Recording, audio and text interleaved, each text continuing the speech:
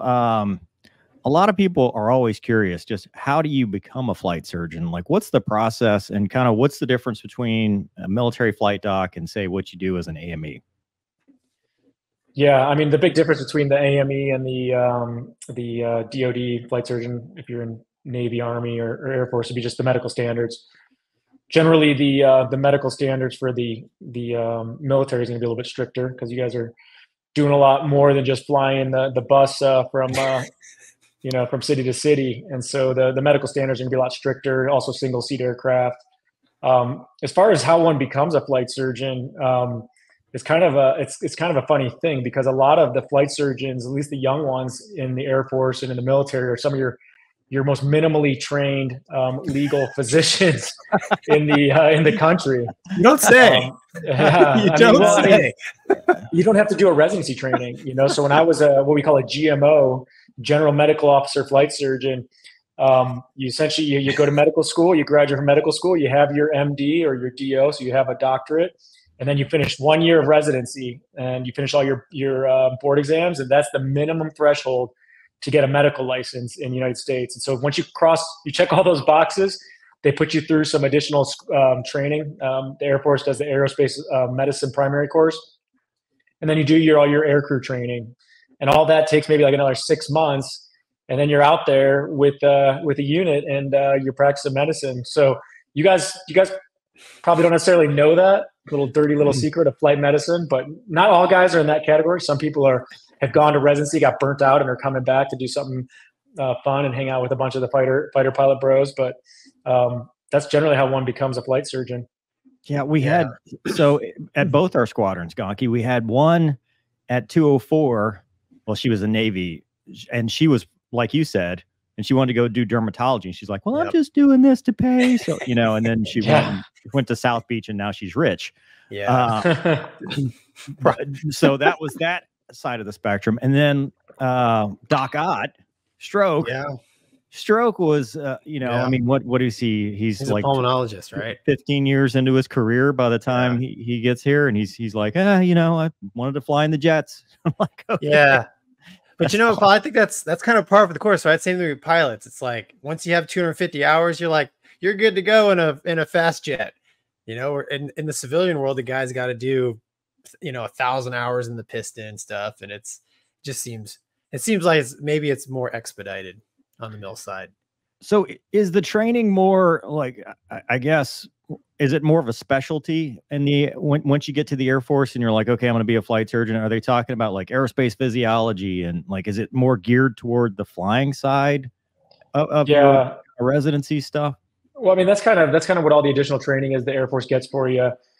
So it's a lot of it's just learning the medical standards, what actually is important or not important for, aviation medicine in terms of, you can have certain injuries that don't really affect your flying career and other things that, could end your flying career. So it's learning all those medical standards and the policy that FAA has in place. And then another big part of it is the physiology. So, we do the centrifuge as well. We do the altitude chamber. We do pretty much all of the same types of things that you guys do on the aircrew side, on the pilot side. When I was going through, we actually went through the full SEER course. I don't know if they're still doing that with flight surgeons, but we went up to Spokane and did the full SEER course, emergency parachute, did the in Pensacola, we did the water survival. So that's kind of 6 months. You just be like, I know I'm a doctor. Yeah. I thought the water survival was one of the most fun courses that they ever put us through. Yeah. That was a good one. Air Force water survival, Gonky, not Navy. Yeah. Did you get to do some initial in the air? Because in the Air Force, did you get to do some of the initial flying, like flight training? To see they put us through like as part of the aerospace medicine. I think it was the second one. There's like 3 or 4 different ones.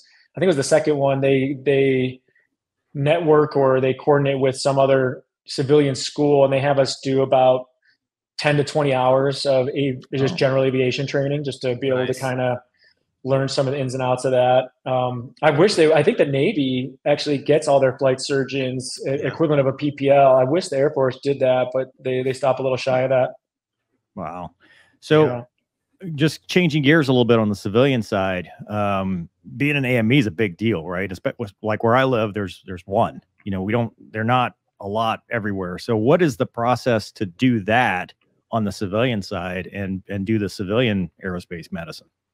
Yeah, I think it differs a little bit. If you have military experience like I did, I only had to go to the refresher course. So for me, it was just like a 3 or 4 day course that I signed up for. I think those that are just coming out of any other specialty of medicine, they say, hey, I want to go be an AME, they have to be, a medically licensed physician. I don't think they have to have finished a residency, but then they have to go to the course in Oklahoma City, the FAA AME course. And then when you get certified, the first year, you're just a regular AME. You can't do class 1 physicals. So all your ATP commercial airline pilots can't get their physical from you. You have to kind of like learn the ropes doing second class and third classes. As a military guy, I kind of came in as a first class they call it a senior AME that can do first classes. And then you can do some additional trainings too. So now I've gone through, I can do air traffic controllers. They call that employee examiner. And now I do the HIMSS program, which I'm only one of 2 in the state that does that. And so there's very few HIMSS trained AMEs. And the whole HIMSS thing is kind of funny because I'm sure you guys have gotten ads on your social media or on your, as you're just browsing the internet about this company called HIMSS. Have you seen this? It's not. So yeah, it's the a male problem in the bedroom.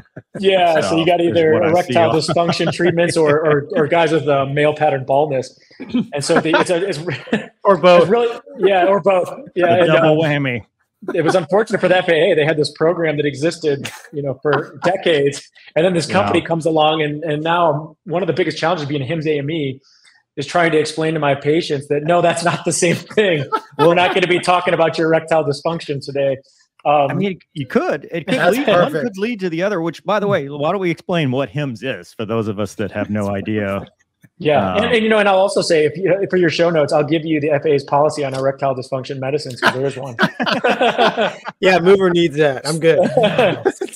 But I'm not the married guy, Donkey. Anyway, go ahead.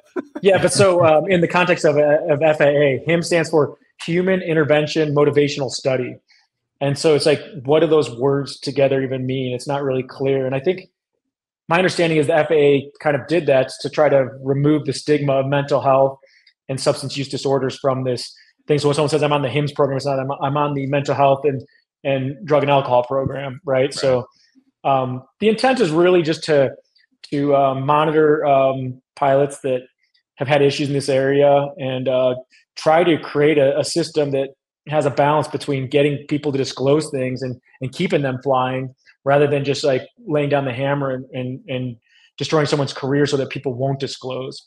And that's kind of the purpose of the HIMSS program. It started as just an alcohol program, and now it's kind of ballooned into this whole mental health thing.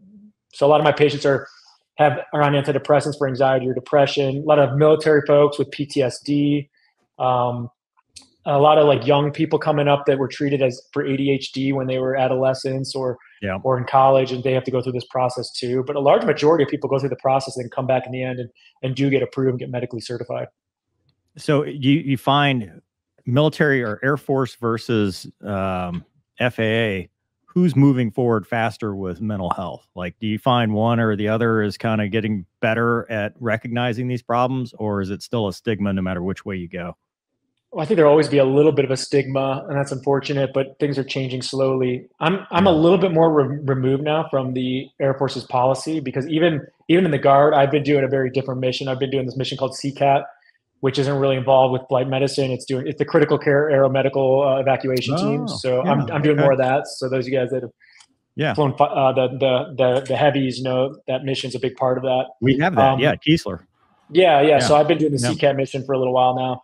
But on the FAA side, the HIMSS thing has been amazing in the last couple of years. I mean, just today I logged into my FAA login to complete a couple of physicals, and there was a note I'm saying that they just approved 3 new antidepressants that pilots can get special issuances for. That's going to go live at the end of April, and they already approved a 5th one last summer. And so there's been a lot of movement to, I think, make it easier and remove barriers for pilots with mental health conditions to get medically certified. And I've seen that happen in a number of ways just in the last couple of years. So it's been really good, I think, in trying to remove stigma and help pilots to get medically certified that struggle, because you guys are human too, Yes.